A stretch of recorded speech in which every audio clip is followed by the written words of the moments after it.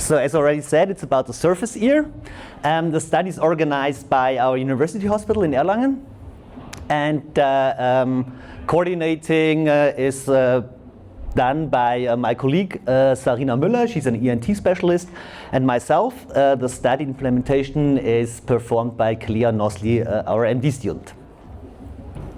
So the motivation for our survey is, as you can read, so with the increasing numbers of artificial waves in Europe, especially with the low water temperature here, there might be the chances of surface ear coming up.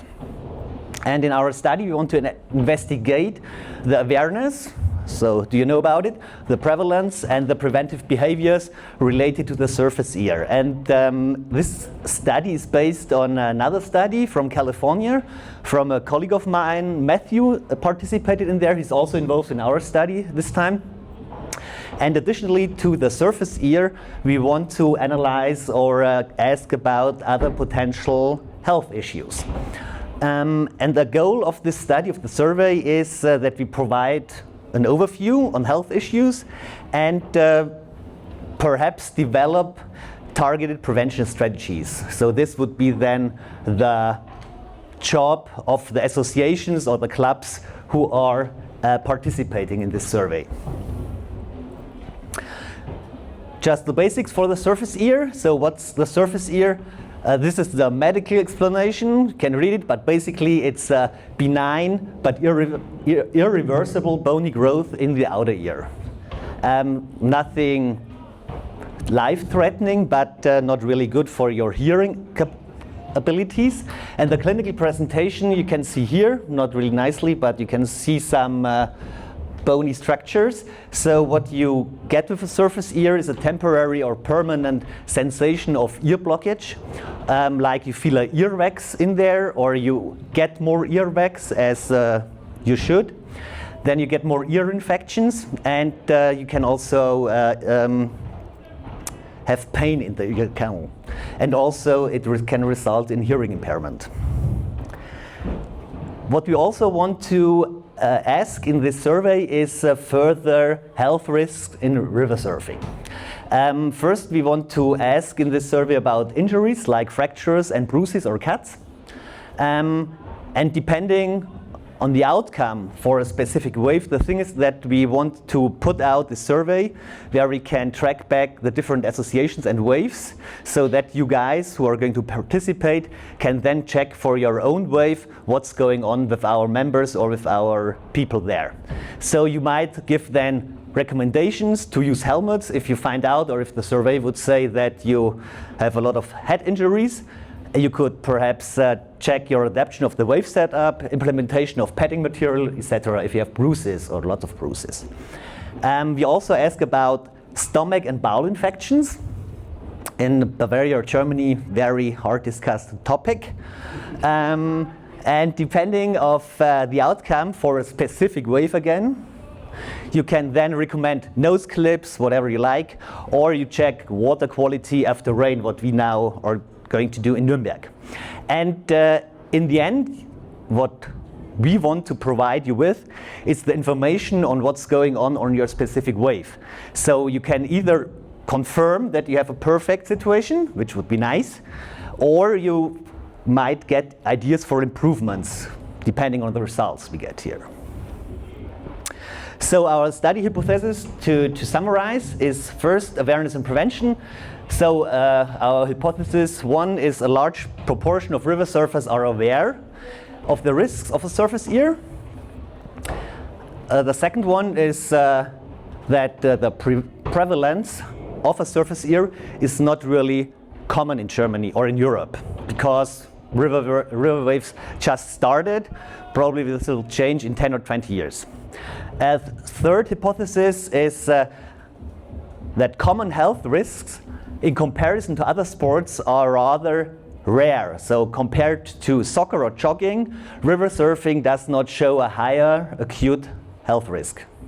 And the fourth hypothesis is that infections might appear or can appear, but should be rather little in frequency.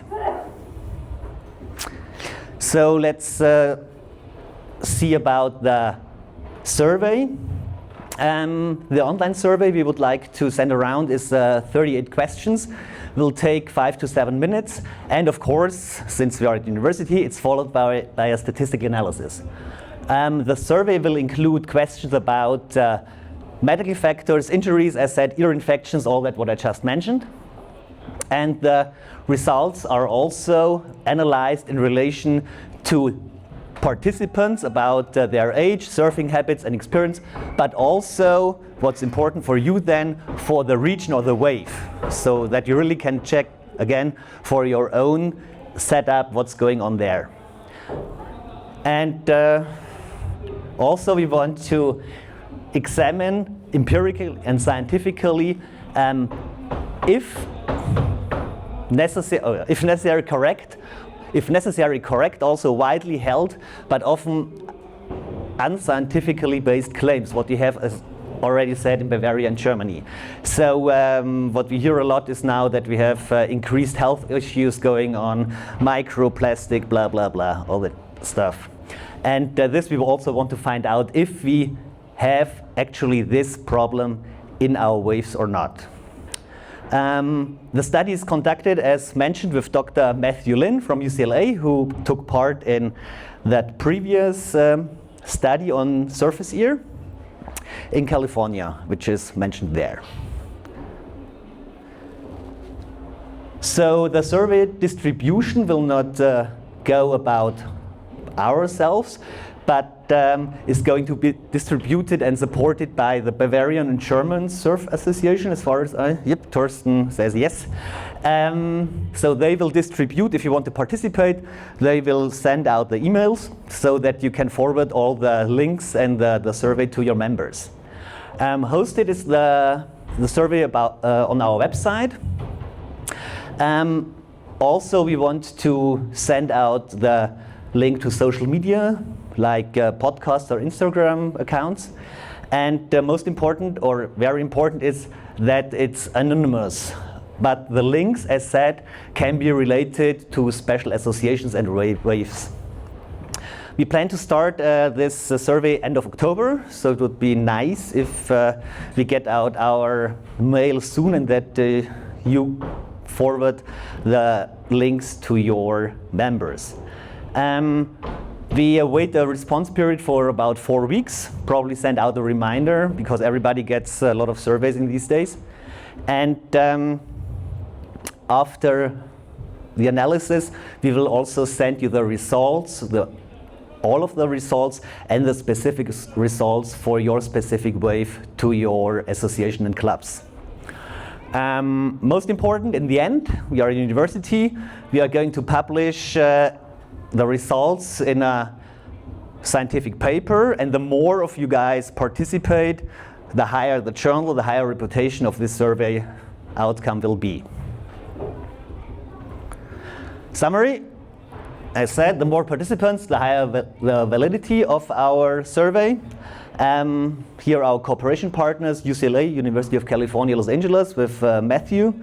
For the online survey, we are in contact with a colleague of mine, Olaf Gefäller. And if you have more questions, use the contact. Thank you.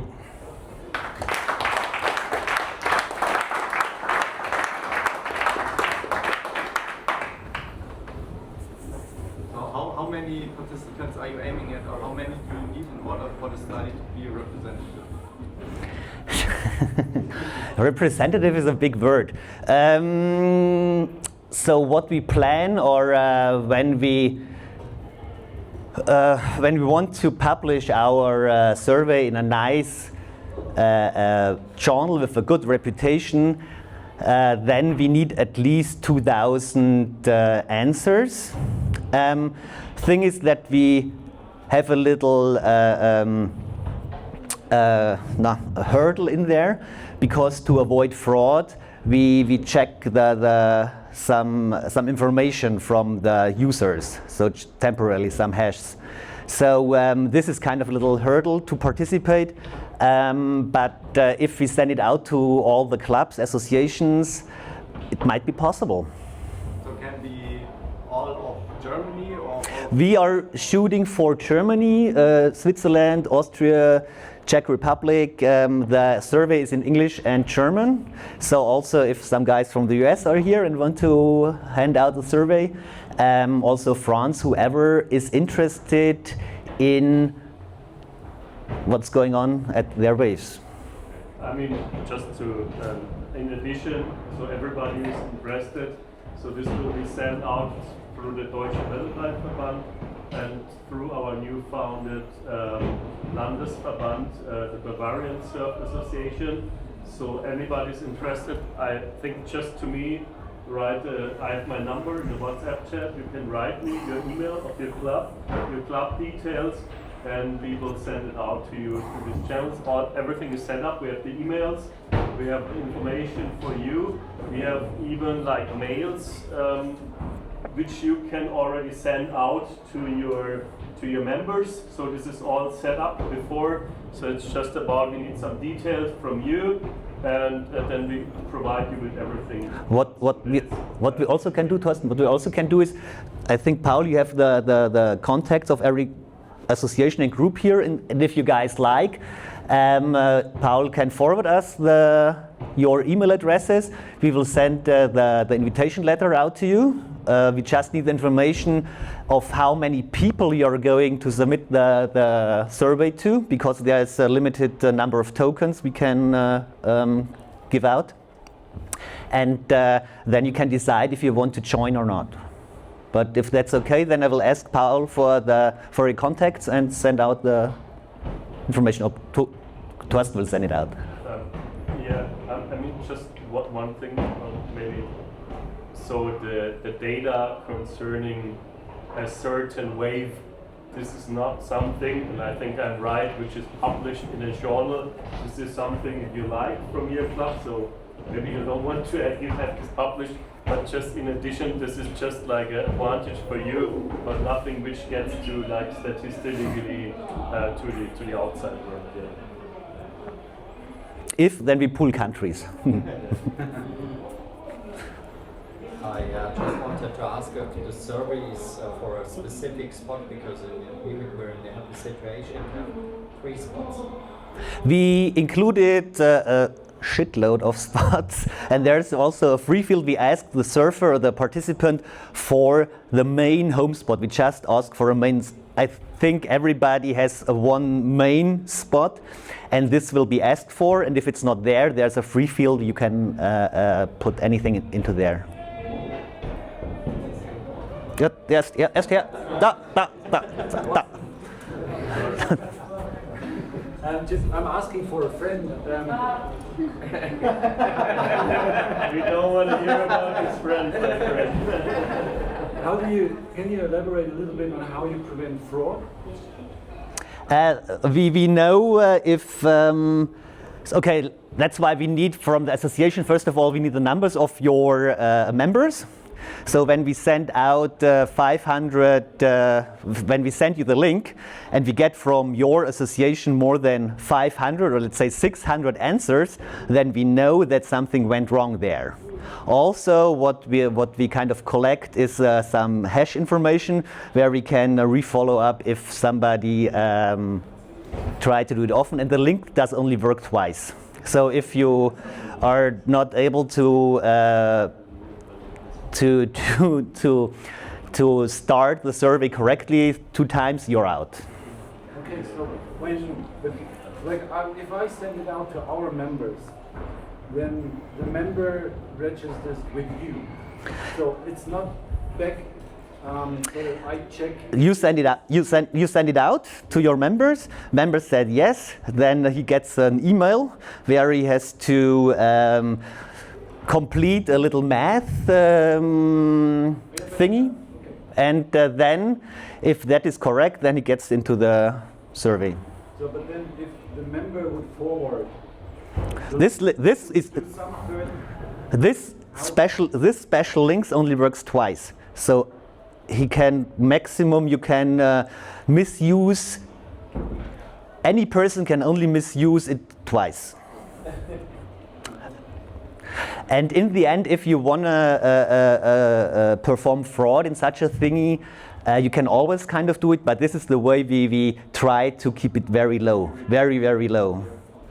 So we have several security things where we will check on. Okay, guys, we are interested in the topic, but okay, Yeah. so the last question. Yeah. Come, shoot it. Thank you very much. You said that there is some information from California, and I would guess that they have more surfer ears. So could you, in short words, summarize what they know already? What their findings were? Sorry? What their findings were? Basically in California, lots of people know about surfer's ear, but all the guys I know from California, they don't care. No, but it's they surf in cold water there. The surfer ear there occurs, but people I know don't use much. In winter hoodies, that's about it. But if you want to have the exact results, I can send you the paper, or you can just check it out in at laryngoscope. It would be interesting to know the prevalence, right? How often is it? The problem also is that they just handed it out to anybody. So what the problem is with surveys, if you do not know how many people is your group, and you just get answers from people, you never know your entire population. This is the good thing with us, because we know from your associations how many people answered, and this is also then a factor for validity, what we asked before. Yeah, but you have other problems. I don't have problems. Okay, that's okay. Thanks. Thank you. Thank you.